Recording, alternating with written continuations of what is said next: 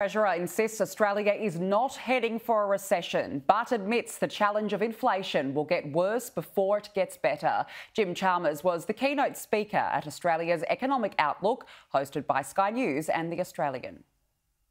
The newly appointed Treasurer revealing where Australia's economy is heading. In my view, there's no use mincing words when it comes to this inflation challenge, which will get worse before it gets better. A day after the RBA raised interest rates by 50 basis points to 0.85%, Jim Chalmers admitted inflation is here to stay and the rate of inflation will be significantly higher than 5.1%.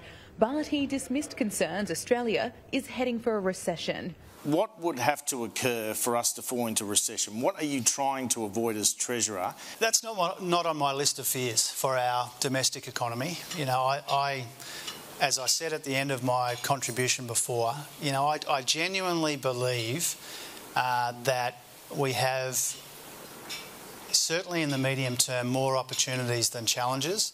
This was backed up by Business Council of Australia CEO Jennifer Westacott. I agree with the Treasurer, though. I don't think we believe that we're heading for a recession. We've got to do something about those labour shortages because they will slow activity down, not speed it up.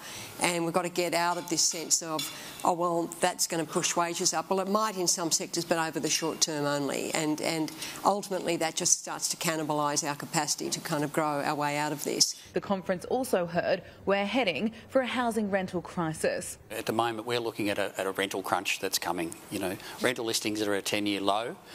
Rents are going up and up and up, and that will affect people who can least afford it. Australians are feeling the pinch of the energy crisis. The Australian Workers Union wants the government to follow the UK and implement a windfall tax on mega profits. In Australia, we are the world's largest exporter of gas and we pay some of the world's highest prices. So we have, for many, many years, called for a reservation policy. The crisis that we have now is so severe and I believe is going to run for so long that even more drastic action has to take place. Gas giant Santos backs the windfall tax. There's this tsunami of pressures that make it harder to bring new supply on. We have got more than 100 years of gas beneath our feet on the east coast of Australia that can provide that low-cost gas, again, that we had for 30 years or so here on the east coast. We've just got to drill it.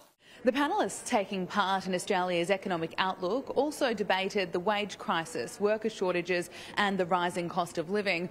But despite the challenges, the Treasurer believes there are reasons to be optimistic. We do have a whole range of things going in our favour and we've got cause for confidence in the medium term and in the longer term. The Treasurer told the conference he will hand down his budget in the last week of October. Gabriella Power, Sky News, Sydney.